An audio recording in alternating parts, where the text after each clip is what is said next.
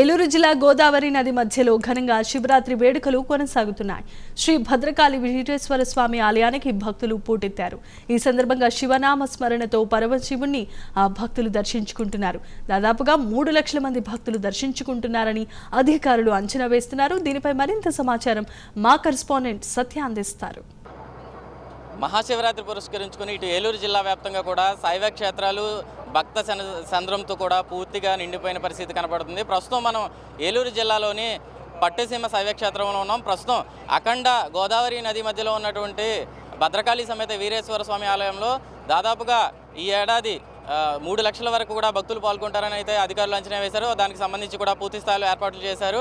దాదాపుగా గోదావరి నది దాటడం కోసం 6 పంటలతో తాత్కాలిక వంతెన, అదేవిధంగా అక్కడి నుంచి గోని సంచులతో తాత్కాలిక నడకదారిని కూడా ఏర్పాటు చేశారు.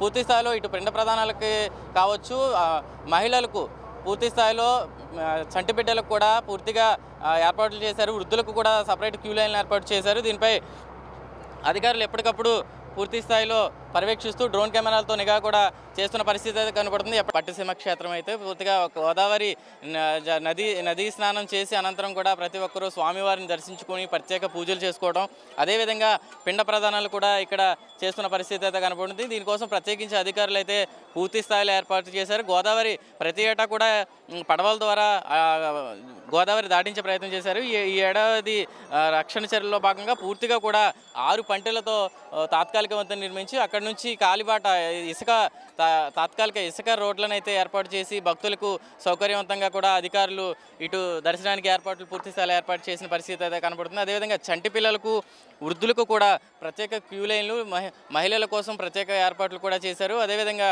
చూసినట్టయితే మొత్తంగా గోదావరి నదీ స్నానం చేసే భక్తుల కోసం ప్రత్యేకించి గజ ఈతగాలను ఏర్పాటు చేసి లైవ్ బోట్లను కూడా ఏర్పాటు చేశారు. ఇటువంటి అవాంఛనీయ సంఘటనలు కూడా జరగకుండా పూర్తి స్థాయిలో ఏర్పాటు చేసిన పరిస్థితి అయితే కనపడుతుంది. దాదాపుగా ఇటు వైద్య సిబ్బంది కూడా మెడికల్ క్యాంపులు కూడా ఏర్పాటు చేసిన పరిస్థితి అయితే కనపడుతుంది. పూర్తిగా కూడా మనం ఒకసారి విజువల్స్ చూడొచ్చు.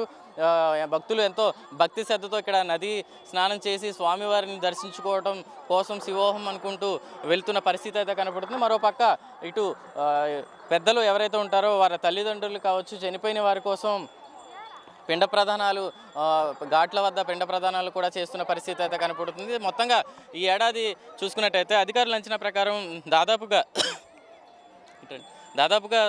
3 లక్షల వరకు భక్తులు పాల్గొంటారని అయితే అధికారులు అంచనా వేస్తున్న పరిస్థితి అయితే కనపడుతుంది. ఏదైతే ఈ పట్టిసీమ క్షేత్రం ఉందో, దక్ష ప్రజాపతి అనే రాక్షసుడిని సంహరించడం కోసం పట్టిసీమ అనే ఆయుధంతో వీరభద్రస్వామి ఆ దక్ష ప్రజాపతిని సంహరించిన అనంతరం ఇక్కడ దేవదేవతల కోరిక మేరకు స్వయంభుగా ఈ క్షేత్రంలో వెలిసారని అయితే శాస్త్రం చెప్తున్న పరిస్థితి కనపడుతుంది. అదేవిధంగా ఈ ఒక్క క్షేత్రంలోని శివకేశవులు కూడా భక్తులకి దర్శనమిస్తూ పూజలు అందుకుంటున్న పరిస్థితి అయితే కనపడుతుంది. మొత్తంగా ఈ మహాశివరాత్రి పురస్కరించుకొని ఇక్కడ 3 రోజుల పాటు ఏదైతే 14, 15, 16 తారీఖులు 3 రోజుల పాటు ఇక్కడైతే ఉత్సవాలు జరుగుతున్నాయి. దానికోసం పూర్తి స్థాయిలో అధికారులు ఏర్పాటు చేసిన పరిస్థితి అయితే కనపడుతుంది.